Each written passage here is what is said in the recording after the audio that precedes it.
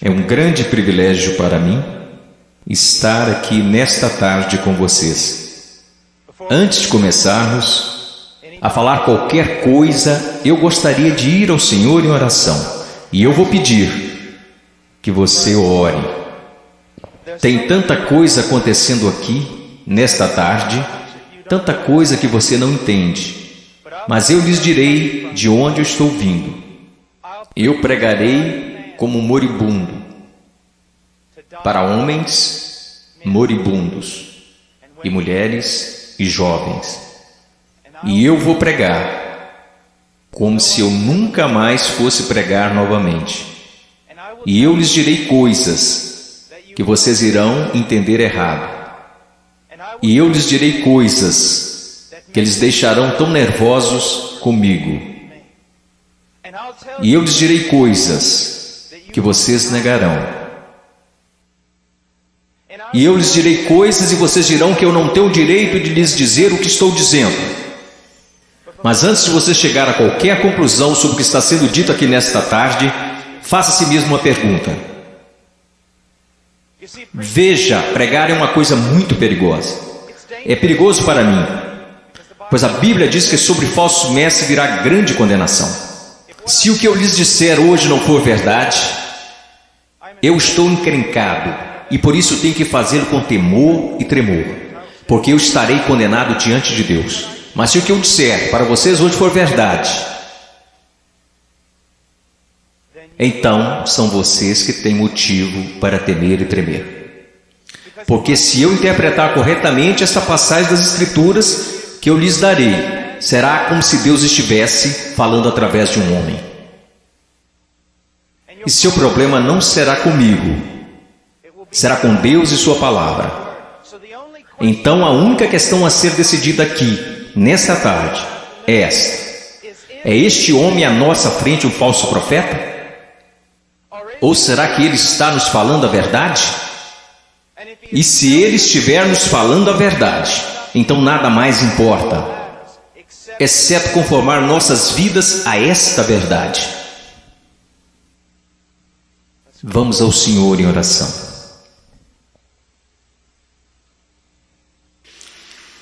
Pai,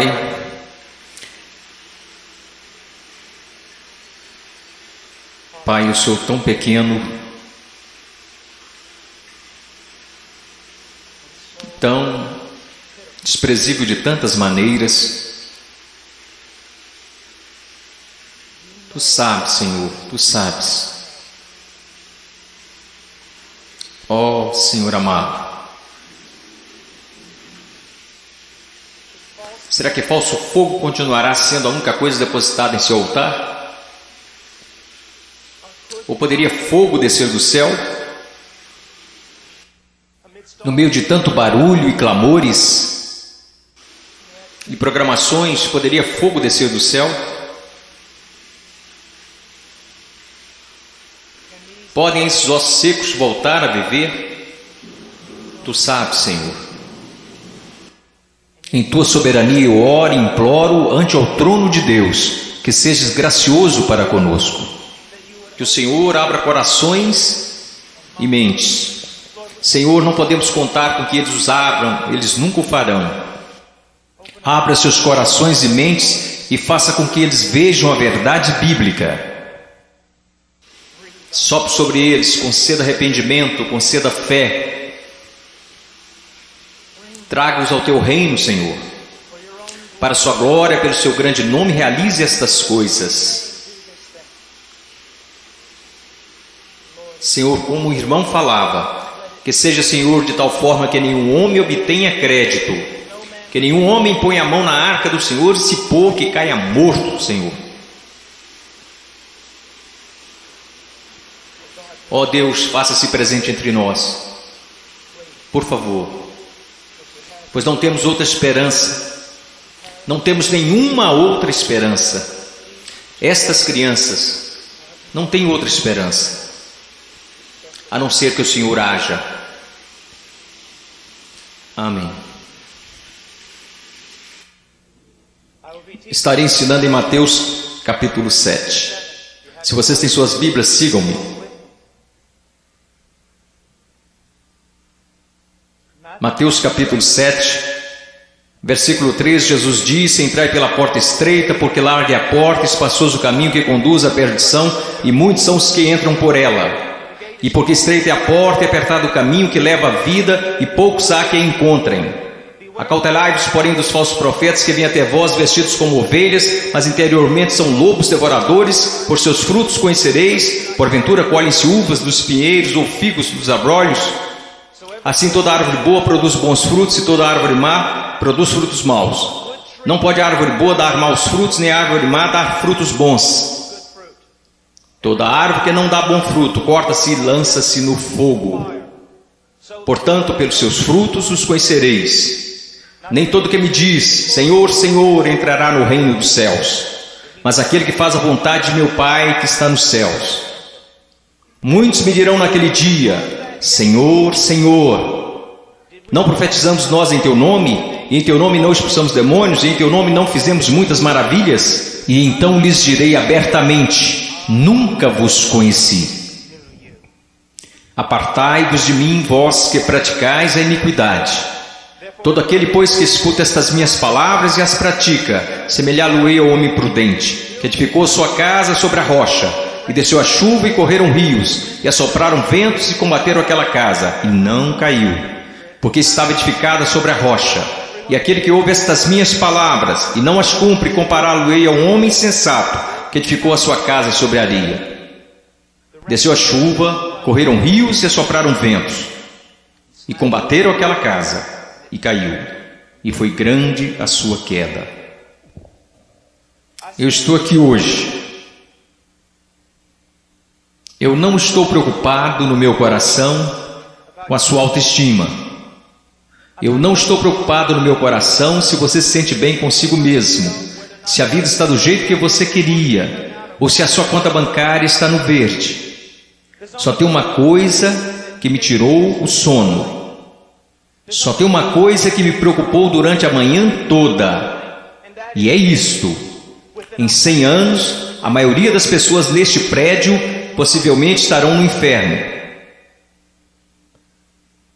E muitos que até mesmo professam Jesus Cristo como Senhor, passarão a eternidade no inferno. E você diz: pastor, como você pode dizer uma coisa como esta? Eu posso dizer uma coisa como esta, pois eu não realizo meu ministério na América. Eu prego a maior parte do tempo na América do Sul, África e leste europeu. E eu quero que você saiba que quando olham para o cristianismo americano, ele é mais baseado em uma cultura sem Deus do que na palavra de Deus. E tantas pessoas são enganadas, e tantos jovens são enganados, e tantos adultos são enganados em crer que por terem feito uma oração uma vez em suas vidas, eles irão para o céu. E então, quando eles olham ao redor e veem outros que confessam a Cristo, e veem essas pessoas tão mundanas quanto o mundo, e comparam-se uns com os outros, nada perturba seus corações. Eles pensam: bem, eu sou igual à maioria do meu grupo de jovens. Eu vejo coisas que não deveria ver na TV e rio das coisas que Deus odeia. Eu uso roupas sensuais. Eu falo como o mundo, eu ando como o mundo, eu amo a música do mundo. Eu amo tanto essas coisas do mundo, mas graças a Deus eu sou um cristão. Porque eu sou um cristão, eu não pareço diferente da maioria das pessoas da minha igreja.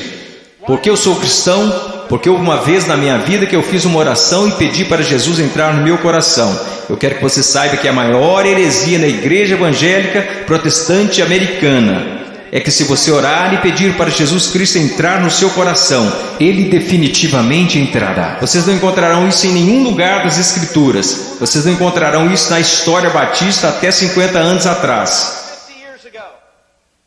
O que vocês precisam saber é que a salvação é pela fé, e fé somente em Jesus Cristo. E a fé somente em Jesus Cristo é precedida e seguida por arrependimento,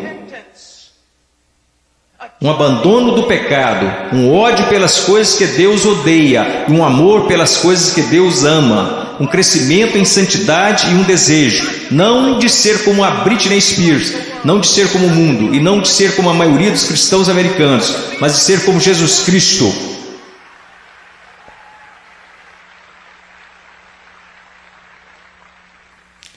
Eu não sei porque vocês estão aplaudindo, eu estou falando de você. Eu não vim aqui para ouvir améns, eu não vim aqui para receber aplausos, eu estou falando de você. Muitas vezes as pessoas vêm a mim e dizem: eu adoraria segui-lo até a Romênia, adoraria segui-lo à Ucrânia, eu adoraria pregar onde você prega e onde plantou igreja no Peru, na floresta. E eu digo: não, você não iria. Eles dizem: sim, eu iria. E eu digo: não, você não iria, porque você seria expulso da igreja de lá. O que precisamos ver? Eu não estou querendo ser duro apenas para ser duro. Vocês têm noção de quanto amor é necessário para ficar na frente de 5.000 pessoas e dizer que o cristianismo americano é quase completamente errado? Você sabe o que vai me custar nunca mais ser chamado para algo assim? Ser impopular? Você sabe por que você faz isso? Você não faz porque você vai ser bem pago. Você não faz isso porque os homens te amam. Você faz isso porque você ama os homens e, acima de tudo, você quer honrar a Deus. Eu quero lhe dizer uma coisa. Nós vamos olhar para as Escrituras e eu quero que você olhe para ela como ela realmente é. Pare de se comparar com outros que dizem que são cristãos, que se comparam com outros que dizem que são cristãos. Compare-se mesmo com as Escrituras. Quando alguém, um jovem, vem a um pastor ou pastor de jovens e diz: eu não tenho certeza se sou salvo. O pastor de jovens geralmente vai lançar um clichê. Alguma vez em sua vida você orou e pediu para Jesus entrar em seu coração? Bom, sim. Você foi sincero? Bem, eu não sei, mas acho que sim. Você precisa dizer para Satanás parar de te incomodar. Você escreveu no verso da sua Bíblia, assim como o evangelista ensinou quando você foi salvo. Você anotou a data para que qualquer dia que você duvidasse, apontasse para a Bíblia. Que superstições têm invadido nossa denominação? Você sabe o que a Bíblia fala para os cristãos fazerem? Examine-se a si mesmo. Teste a si mesmo à luz das Escrituras para saber se você está na fé. Teste a si mesmo para saber se você é um cristão. Você consegue ver que se o Senhor liberasse todos aqui e mandasse vocês baterem em cada porta dessa cidade? Você sabe o que descobriríamos? 99% das pessoas, pelo menos nessa cidade, acredita que são cristãos. Se você voltar para a sua cidade natal e bater em cada porta de cada casa, porque eu voltei para a minha cidade natal, quando fiz salvo e bati em cada porta, e você sabe o que eu descobri? Todo mundo na minha cidade é um cristão. 85% deles não vão à igreja, e aqueles que vão à igreja não estão preocupados com santidade. Eles não estão preocupados em servir, não estão preocupados em ser separados do mundo, não estão preocupados se o evangelho será pregado entre as nações. Mas graças a Deus eles são salvos. Por que eles são salvos? Porque algum evangelista que deveria ter passado mais tempo estudando sua Bíblia do que pregando, disse a eles que eles eram salvos. E ele disse isso para que depois pudesse gabar de quantas pessoas se converteram no seu próximo avivamento. Eu amo vocês. E existem homens aqui que amam vocês. E eu quero ir às Escrituras agora que eu choquei para a vida. Eu quero que vocês me ouçam. Ouça a palavra de Deus e comece a se perguntar algumas perguntas. Antes de tudo, entrai pela porta estreita, porque larga é a porta, espaçoso o caminho que conduz à perdição, e muitos são os que entram por ela. Existe uma porta estreita. E sabe, historicamente, uma das razões pela qual sou um Batista do Sul é porque os Batistas do Sul sempre foram rápidos, enquanto outras denominações falharam em perceber isto. Os Batistas do Sul sempre foram rápidos em perceber que é só uma porta. Só há um Deus. Só há um mediador entre Deus e os homens. Seu nome é Jesus Cristo, e não é uma questão de múltipla escolha. Não é como se todos os caminhos levassem a Roma. Como denominação, nós sempre ensinamos às pessoas o que Jesus ensinou às pessoas. Eu sou o caminho, a verdade e a vida, e ninguém vê ao Pai senão por mim. Então eu louvo a Deus por isso, que a única forma que qualquer ser humano nesta terra será salvo é por meio de Jesus Cristo. E ponto final. Porque você precisa entender que a Bíblia diz: todos pecaram e destituídos estão da glória de Deus, e vocês não têm ideia do que isso significa, que nascemos totalmente depravados, odiando a Deus, que nós nunca buscaríamos a Deus, nunca iríamos a Deus, nós nos rebelamos contra Deus, quebrando toda a lei. Não é só uma questão de que você já pecou, a questão é: você nunca fez nada além de pecar. A Bíblia diz nos profetas que até as nossas maiores obras são como trapos de imundícia perante Deus, e por causa disso você sabe o que merecemos? A ira de Deus, o ódio santo de Deus. E vocês dizem: espere um pouco, Deus não pode odiar ninguém, Deus é amor. Não, meu amigo, você precisa entender uma coisa: Jesus Cristo ensinou, os profetas ensinaram, os apóstolos ensinaram isto. que a não ser a graça de Deus revelada em Jesus Cristo, nosso Senhor, a única coisa que resta para você é a ira, a violenta ira de Deus. E por causa de sua rebelião e de seus pecados. Quando fala em universidade, eles sempre são rápidos em dizer: não, Deus não pode odiar porque Deus é amor. Mas eu digo, Deus tem de odiar porque Ele é amor. Veja, eu amo crianças, portanto odeio aborto. Se eu amo o que é santo, devo odiar o que não é santo. Deus é um Deus santo, e isso é algo que os americanos esqueceram. Muitas das coisas que você adora fazer, Deus odeia. Você sabia disso? Ore por avivamento. Você vai para a reunião de jovens e quer que Deus seja, mas antes de ir você assiste programas na TV que Deus absolutamente abomina. E então você se pergunta por que o Espírito Santo não desceu sobre nós, e por que você tem que criar falso fogo e falso entusiasmo? Porque Deus não está presente. Deus é um Deus santo, e a única maneira pela qual eu e você poderíamos nos reconciliar com Deus santo é pela morte do Filho unigênito de Deus, quando ele foi pendurado naquele madeiro.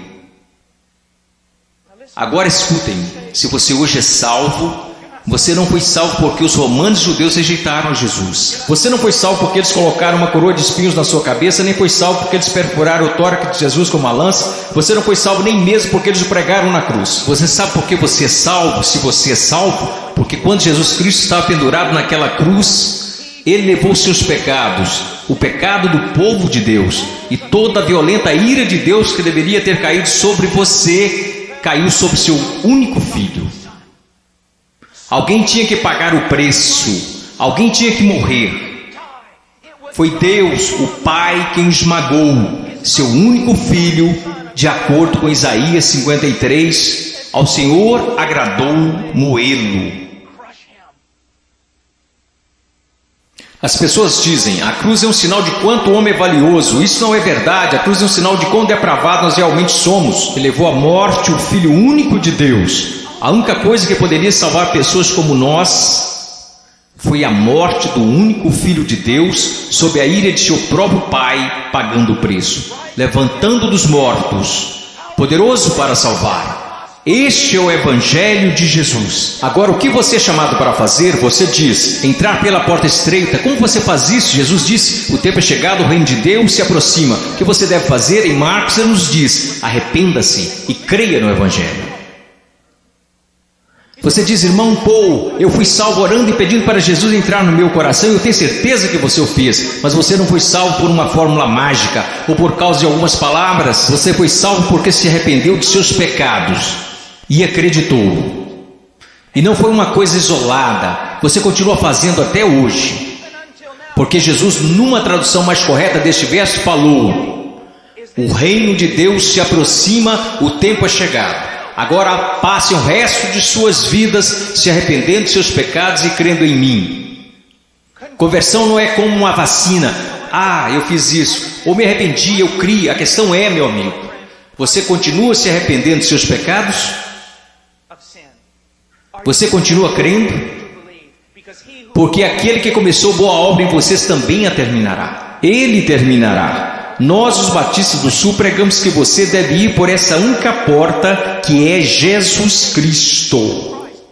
Mas nós, batistas do Sul, esquecemos algo.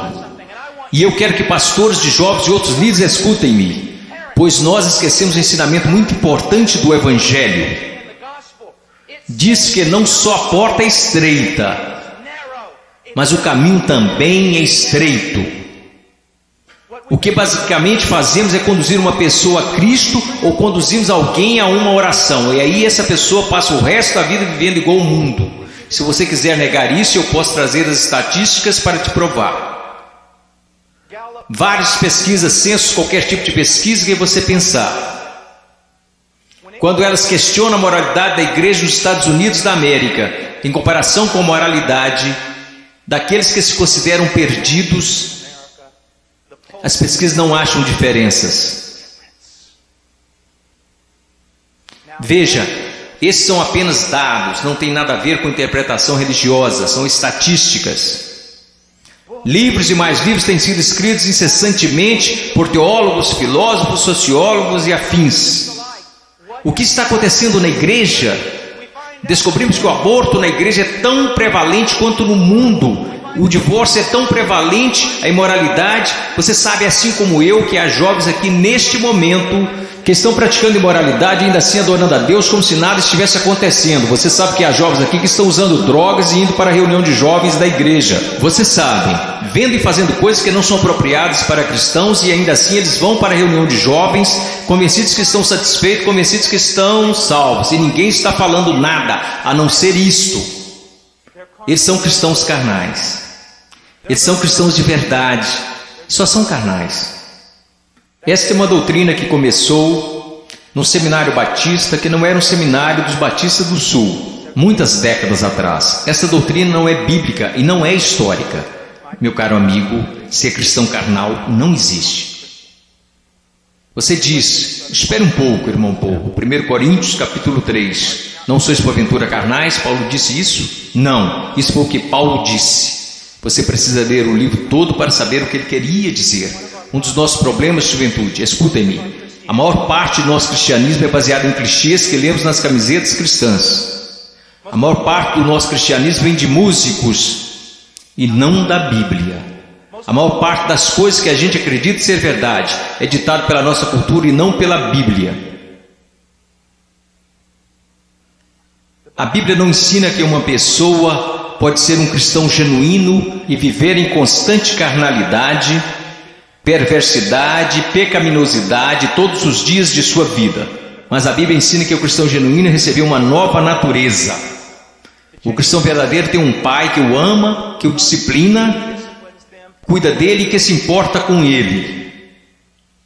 Meu coração está quebrantado porque você sabe tanto quanto eu, jovens. Não sejamos hipócritas, não vamos esconder a verdade. Há muita gente assim, você os conhece, você pode ser um deles, ou ao menos sabe que tem um no seu grupo de jovens. Eles vão às reuniões, eles fazem todas as coisas, mas em seus corações eles são tão depravados quanto se pode ser. Não há diferença, não há luz. Tudo que o mundo faz, eles também fazem, está tudo bem assim. Meu amigo, isso não é cristianismo. Não estão correndo o perigo de perder o galardão, eles estão correndo o perigo de ir para o inferno. Eles não conhecem a Deus. O que nós ensinamos? Quando foi a última vez que você ouviu alguém falar que não existe apenas uma porta estreita, mas também um caminho estreito? Jesus indica que um dos principais sinais para saber se você é um cristão de verdade é se você anda no caminho estreito. Você sabe qual é o sinal para saber se você é um cristão na América? Você fez uma oração uma vez? Não é incrível? O que você se pergunta quando duvida da sua salvação? Se você fez uma oração de salvação uma vez, o que as Escrituras ensinam? Examinai-vos e provai a vós mesmos para saber se realmente estáis na fé, porque um cristão será diferente. Estou dizendo que um cristão é sem pecado?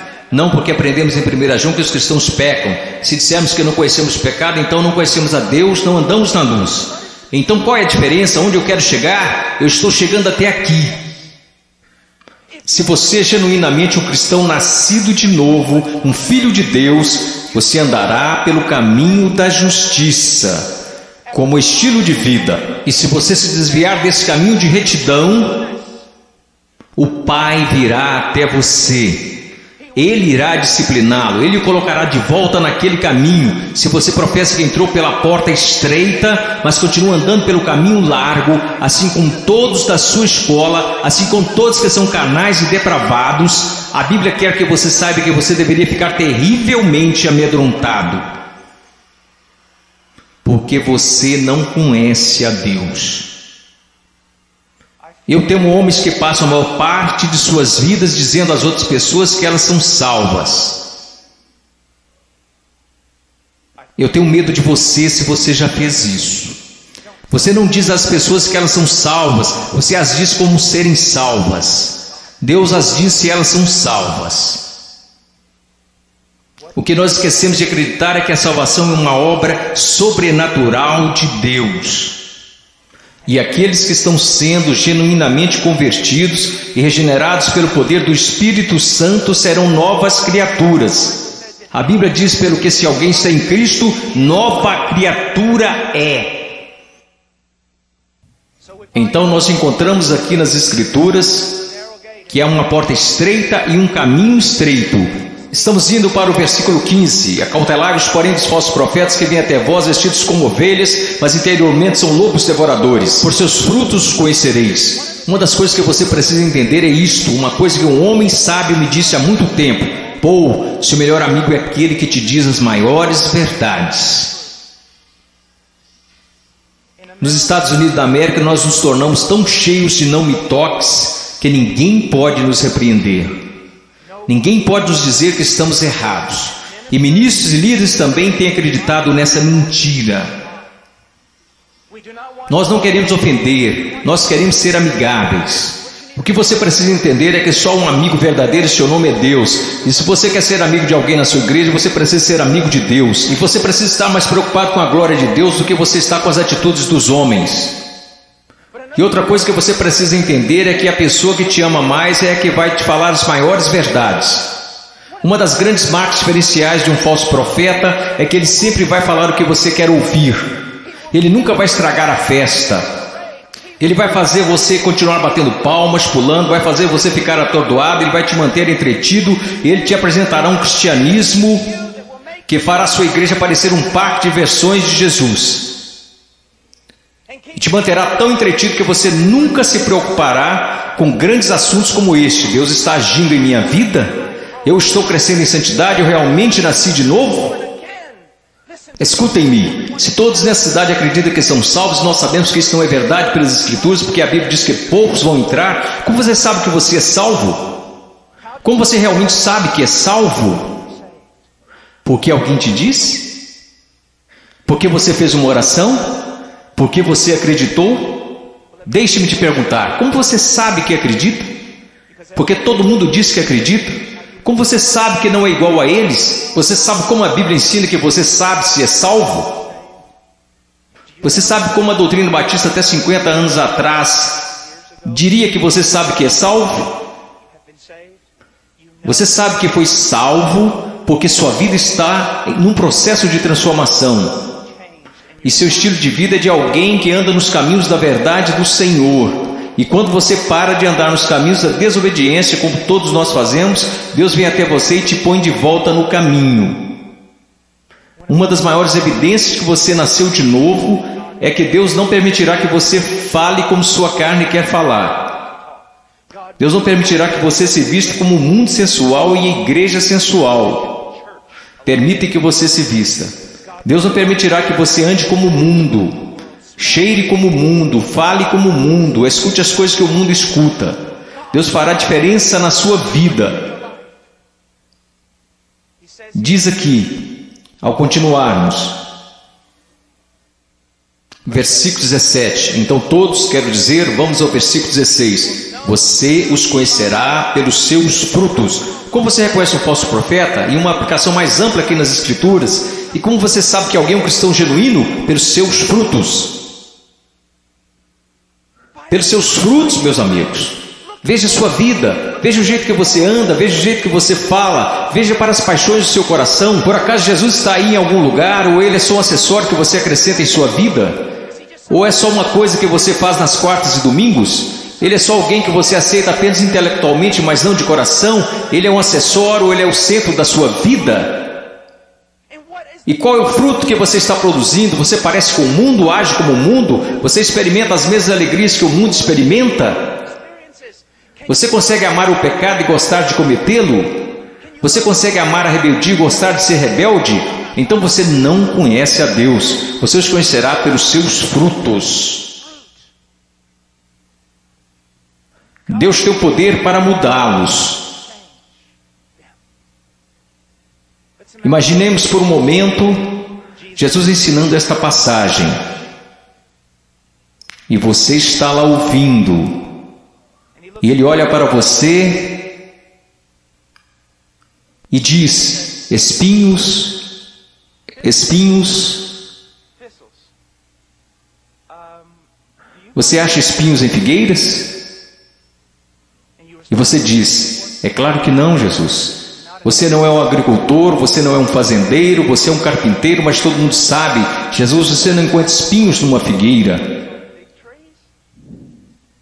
Então deixe-me fazer outra pergunta. Você encontra figos bons, frutos em espinheiros? É claro que não, Jesus, isso é loucura. Quer dizer, você nunca vai achar espinhos numa figueira e também nunca encontrará figos num espinheiro. Jesus, se me disserem que isso é possível, pode tomar nota. Ou essa pessoa é louca ou é mentirosa. Então Jesus lhe responde: muito bem.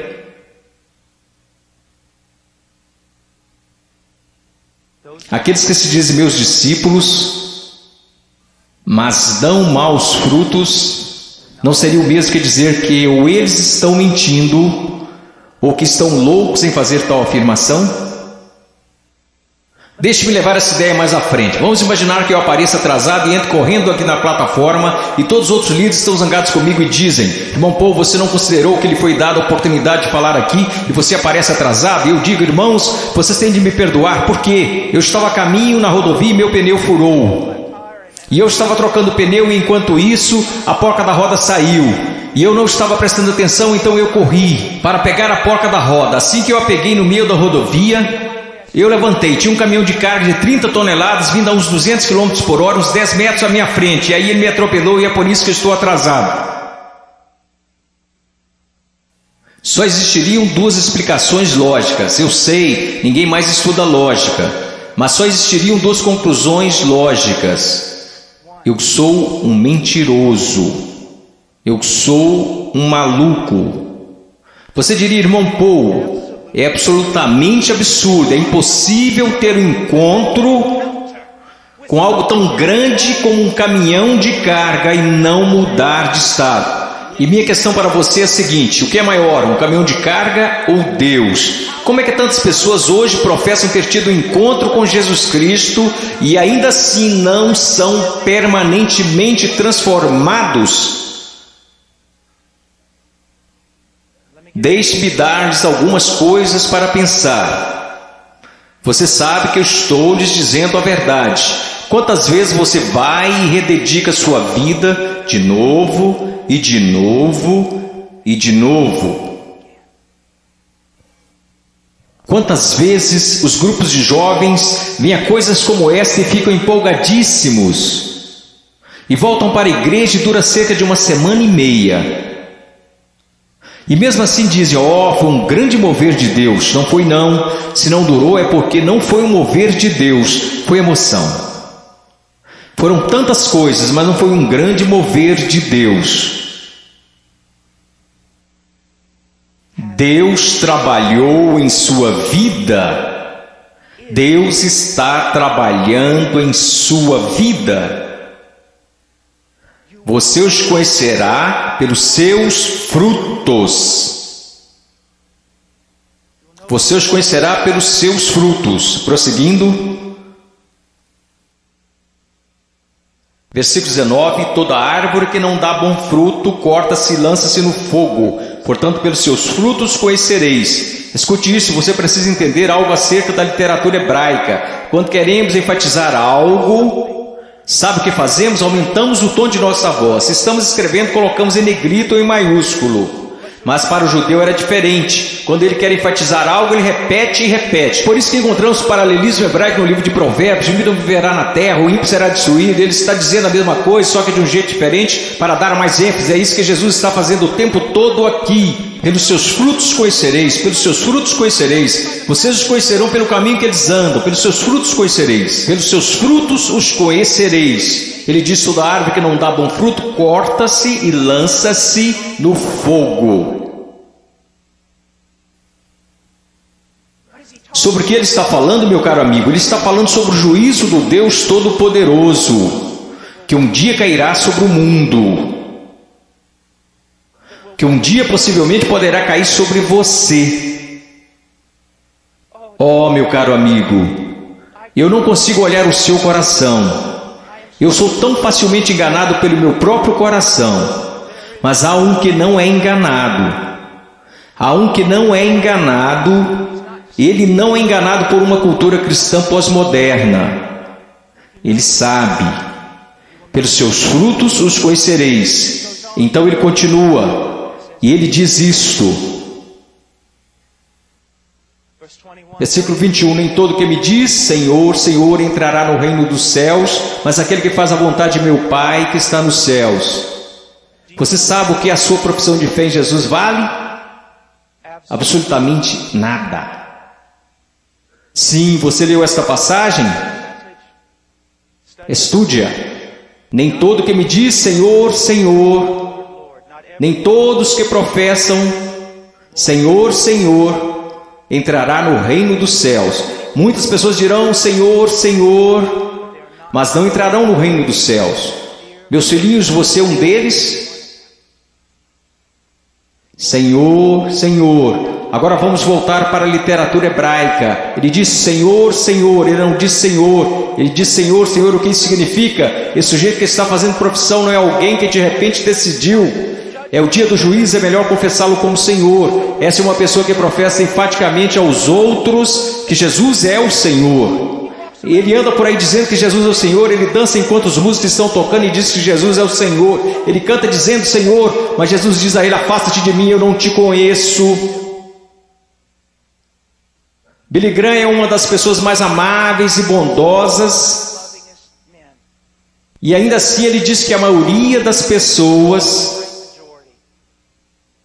das igrejas confessionais estão perdidas.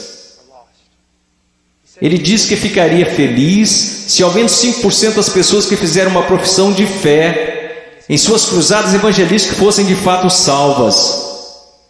Quando estou na Nigéria, eu estive lá no ano passado visitando a mãe cujo filho estava em nossa igreja e que foi assassinado por muçulmanos. No norte da Nigéria, se alguém confessa Jesus Cristo, você meio que já sabe que é verdadeiro. Por quê? Porque eles podem morrer por causa dessa confissão, mas na América, considere os custos.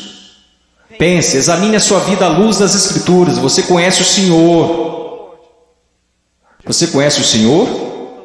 Porque nem todo que me diz Senhor, Senhor entrará no reino dos céus. Mas o que ele diz aqui, veja o que ele está dizendo.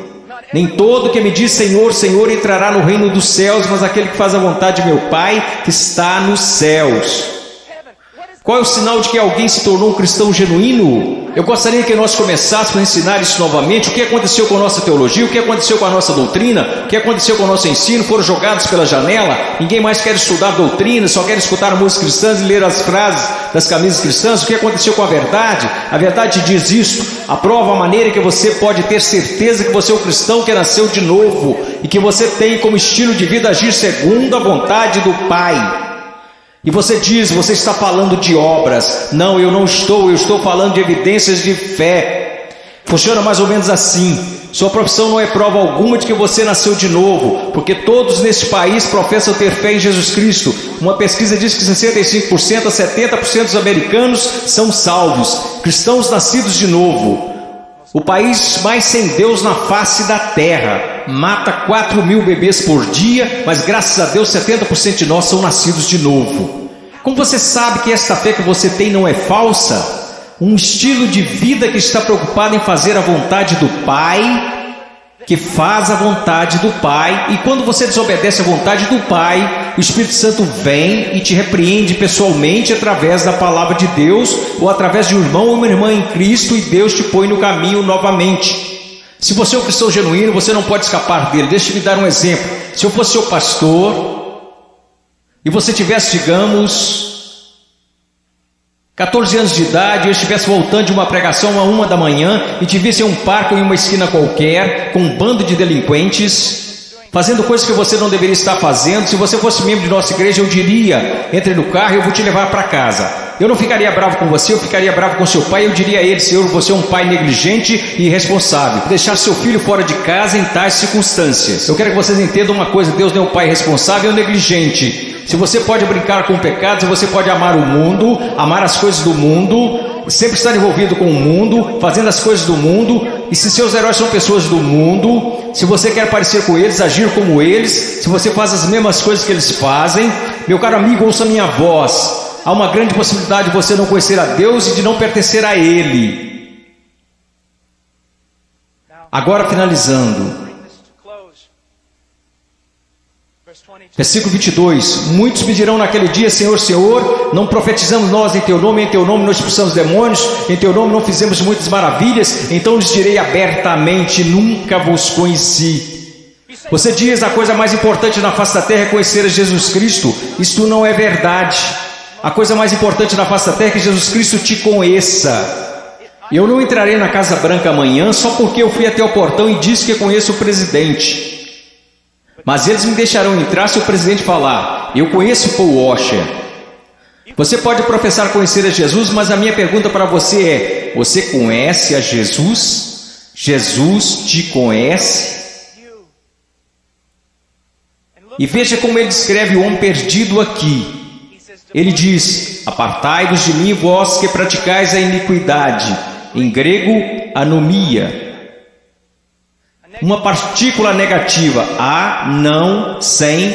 A palavra nomos, lei, não lei, sem lei. E é isso que significa. Deixe-me dar-lhe uma tradução mais precisa. Apartai-vos de mim, ouçam-me. Se eu pudesse sair daqui e te abraçar falando isso, eu faria. Ouçam-me. Ele diz: apartai-vos de mim, vocês que dizem ser meus discípulos, que me confessam como Senhor, porém vivem como se eu nunca tivesse lhes dado uma lei para obedecerem. Eu acabo de descrever a grande maioria dos cristãos da América. Se alguém começa a falar de lei, se alguém começa a falar de princípios bíblicos, sobre o que devemos fazer e o que não devemos fazer, como devemos viver e como não devemos viver, todos começam a exclamar: legalista, legalista. Mas Jesus disse: apartai-vos de mim, vocês que viveram, me chamaram de Senhor, contudo viveram como se eu nunca tivesse lhes dado uma lei para seguirem. Na cristandade americana disse: passe pela porta, louve a Deus, viva como o resto do mundo, tudo bem, você só é um cristão carnal e talvez volte um dia. Você sabe o que acontece por causa do nosso péssimo evangelismo? Nós temos milhões de crianças salvas na ZBF, e quando fazem 15 anos eles entram no mundo, e a maioria deles vive como demônios. E quando estão por volta de 30 anos, eles voltam e rededicam suas vidas. Talvez eles tenham acabado de ser salvos. Porque, amigos, é mais do que você contar a alguém que você é salvo. Porque sabe que Jesus é Senhor. Satanás sabe que Jesus é Senhor. Sua vida está em processo de mudança? Então ele começa a falar sobre duas pessoas, duas fundações. Você sabe que essa passagem na interpretação contemporânea é importante estudar teologia, é importante estudar história. A interpretação atual dessa passagem sobre a rocha e a areia é basicamente assim: se você é cristão, você precisa construir sua vida sobre a rocha, porque se você construir sua vida sobre a areia, você será um cristão infeliz, sua vida não dará certo.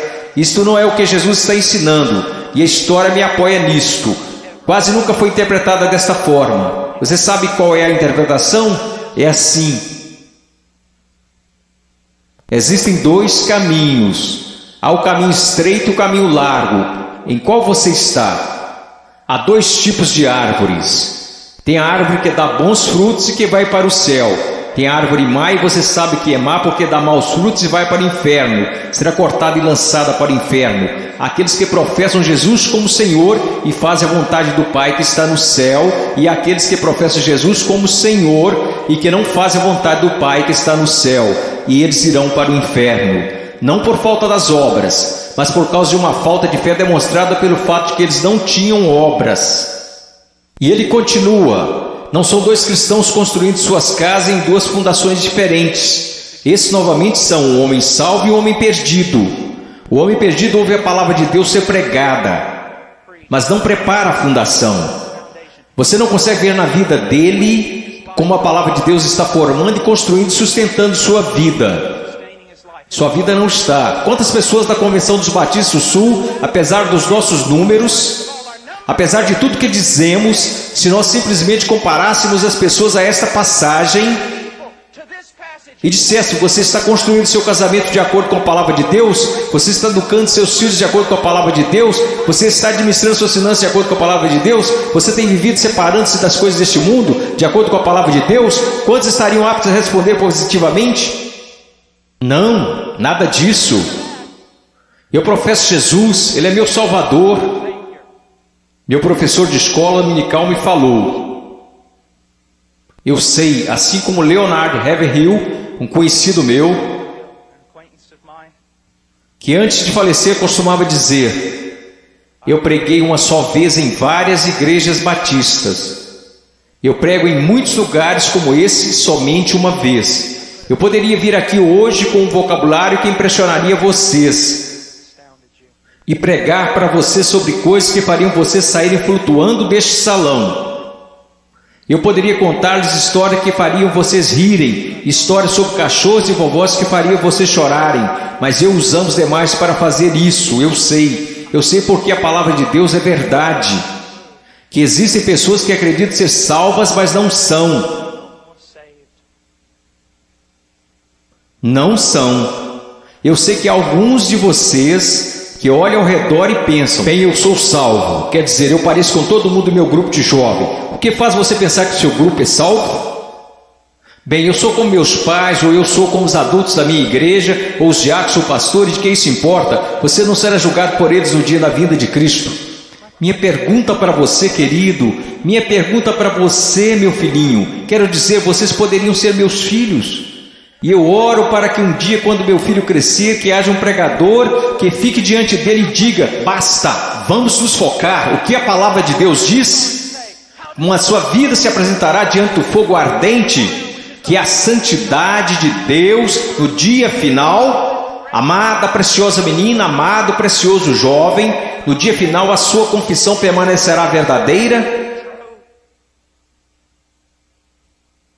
Você é salvo.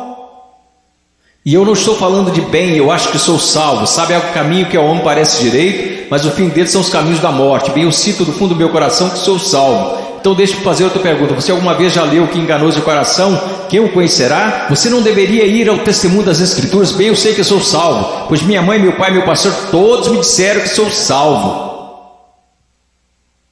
Então eu te digo isto: o que a palavra de Deus te diz? Nós falamos tanto sobre ser cristãos radicais. Cristãos radicais não são pessoas que pulam em shows. Cristãos radicais não são pessoas que usam camisas gospel. Cristãos radicais são aqueles que carregam os frutos do Espírito Santo. Cristãos radicais são aqueles que respeitam e honram seus pais, mesmo quando sentem que seus pais estão errados. Cristãos radicais são aqueles que não... Agora escutem, isso vai deixá-los irados. E eu estou falando com garotos e garotas. Cristãos radicais são aqueles que não se vestem sensualmente para mostrar seus corpos. Se sua vestimenta é um chamariz apenas para o seu rosto, Deus se agrada da sua vestimenta. Sua vestimenta é um chamariz para o seu corpo, isso é sensual, e Deus odeia o que você está fazendo. Todo mundo gosta de falar sobre um profeta, mas ninguém quer escutá-lo. E eu estou falando sobre cristianismo. Eu passei minha vida em selvas, eu passei minha vida congelando nos Andes, eu vi pessoas morrerem. Um garotinho, Andrew Maimen, os muçulmanos atiraram 5 vezes o seu estômago e o deixaram morrer na calçada, simplesmente porque ele exclamava: eu estou com tanto medo, mas eu não posso negar a Jesus Cristo. Por favor, não me matem, mas eu não negarei. E ele morreu numa poça de sangue. E vocês falam sobre ser cristãos radicais porque vocês usam camisas gospel e vão a um congresso? Eu estou falando sobre santidade, eu estou falando sobre ser cheio de Deus. Você sabe o que seria mover de Deus neste local? Se todos vocês caíssem sob convicção de pecado, se eu mesmo caísse sob convicção pelo Espírito Santo e nos prostrássemos e chorássemos, pois assistimos coisas que Deus odeia, pois usamos coisas que Deus odeia, pois nós agimos como o mundo, parecemos como o mundo, cheiramos como o mundo, fazemos as mesmas coisas que o mundo e não sabemos que fazemos essas coisas porque não conhecemos a palavra de Deus. Porque mesmo que falemos como uma denominação, que a Escritura é a infalível palavra de Deus, só que ganhamos basicamente um monte de ilustrações, histórias e novelinhas. Oh, que Deus brilhe neste lugar. Que viremos nossas costas para o pecado, que renunciemos às coisas que desagradam a Deus, e então que corramos para Ele, alegremos-nos nele e o amemos. Que Deus levante missionários. Eu não desejo a vocês o mesmo que seus pais. Eles querem segurança e boas casas para vocês. Eles querem que vocês tenham carros e respeito. Eu quero para vocês as mesmas coisas que quero para o meu filho, que um dia ele pegue uma bandeira, a bandeira de Jesus Cristo, e coloque-a num monte onde ninguém esteve antes, e que eles clame: Jesus Cristo é Senhor, mesmo que isso custe a sua vida. Se quando ele tiver 18 anos me disser as mesmas coisas que eu disse quando era jovem, eu vou para os montes, eu vou para a selva, e as pessoas disseram: você não pode ir, você está maluco, é uma guerra lá, você vai morrer. Eu vou. Quando aquele rapaz colocar sua mochila nas costas, eu vou orar por ele e dizer: vá, vá, Deus seja contigo, e se você morrer, meu filho, eu te vejo do outro lado e honrarei sua morte.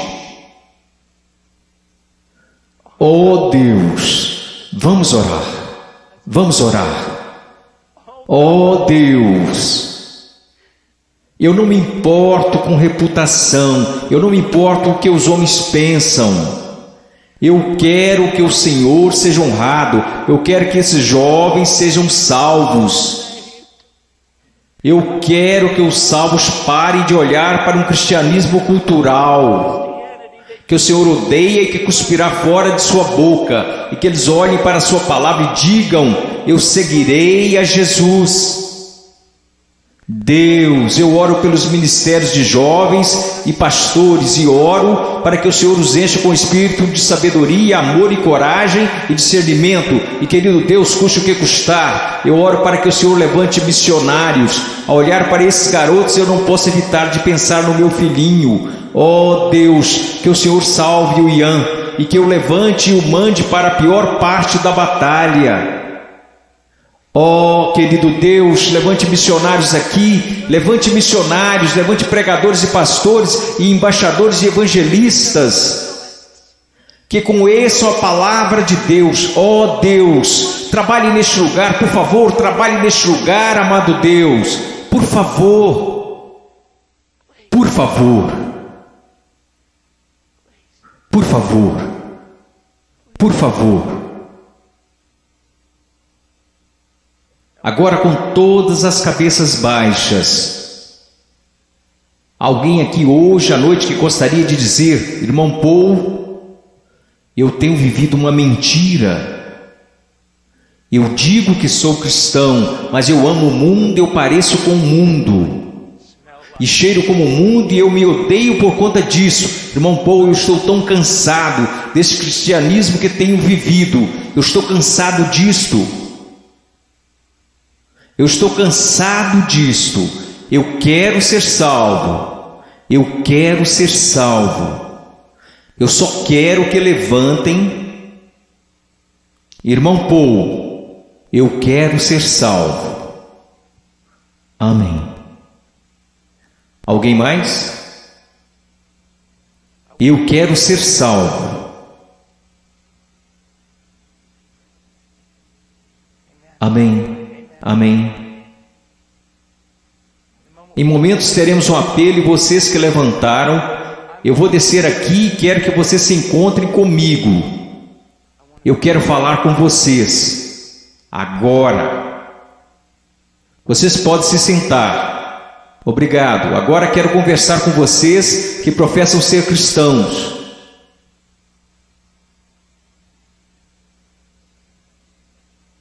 Sua vida honra a Jesus Cristo? Você está olhando em sua palavra para descobrir como deve viver? Eu oro de todo o coração. A única coisa que irá salvar a igreja na América, só há duas possibilidades. Uma é uma reforma total em nossas pregações, de nosso estudo da palavra de Deus, e a outra é uma perseguição feroz e horripilante. Essa é a única coisa que irá salvar a igreja na América. Eu oro para que vocês retornem à palavra. Eu oro. Ouçam-me, jovens, vocês precisam dizer: ok, como eu devo proceder perante meus pais? Vá à palavra, descubra, obedeça. Como devo me vestir? Vá à palavra, descubra, obedeça. Como devo falar? O que devo escutar? Ponha cada pensamento, palavra e ato em sujeição a Jesus Cristo.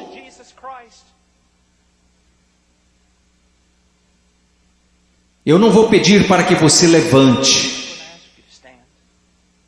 Porque eu estou tão cansado de pessoas virem à frente e assumirem o compromisso, e esse compromisso durar apenas 2 minutos. Eu não estou aqui para poder escrever na minha revista que zilhões de vocês vieram à frente. Eu quero que você vá para casa e viva para Jesus Cristo com todo o seu coração.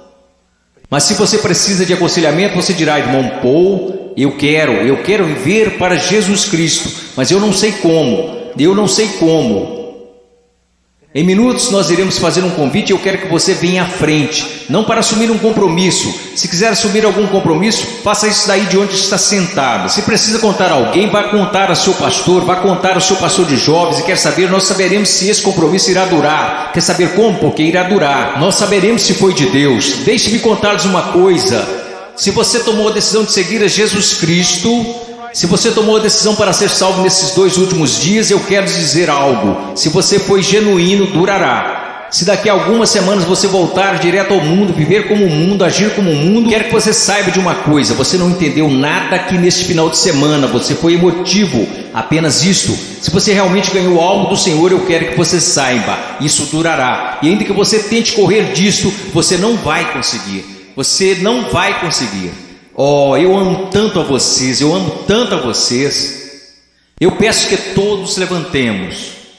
Se você precisa de aconselhamento acerca de uma decisão que fez, mas que não está clara, eu quero que você venha à frente e eu vou descer aqui. Vocês que levantaram, houve muitos de vocês aí que disseram: eu preciso conhecer a Jesus Cristo. Eu quero que você venha até aqui agora mesmo, eu quero te conhecer. Eu quero voltar aqui com você e os outros conselheiros, quero conversar com você e eu quero te dizer uma coisa, não em 5 minutos, não em 10 minutos. Se você precisar conversar a noite toda, nós ficaremos. Essa é a atitude de cada conselheiro neste lugar. Nós ficaremos a noite inteira se necessário, a noite toda. Deus te ama, Deus te ama. Deixe-me orar por você. Querido Deus, por favor, Senhor, ouve aqui. Senhor, tanta movimentação. Ontem à noite, Senhor, eu não sei o quanto de tudo isso foi real, e eu sei que vi pessoas chorando na noite passada. Eu vi pessoas tentando assumir compromissos, e eu acredito que uma parte do que aconteceu aqui a noite passada foi por sua causa. Hoje de manhã eu vi um jovem pregar, Pai, dar seu testemunho, e eu vi um trabalho genuíno do Espírito Santo. Eu não sei quantas dessas decisões foram verdadeiras, mas aconteceram algumas coisas reais aqui. Agora eu oro, Pai.